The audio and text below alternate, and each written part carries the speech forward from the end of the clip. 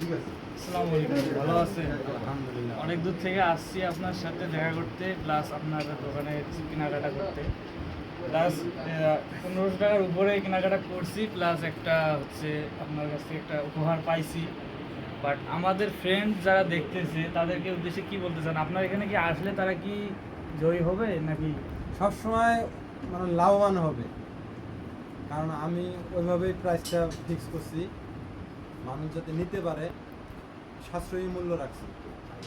আর আমার এখানে তো অফার থাকেই, সারা বছরই আমি দোকান ওপেন করার পর থেকে একটা না একটা অফার আছেই, এবং অফারে পাবেই আর কি। অফারের পণ্য নিলে একবারে সাশ্রয়, ও যে দাম রাখি সেই দামে আমার লাভ নাই, আরও কিনা দাম দিকে লস হয়।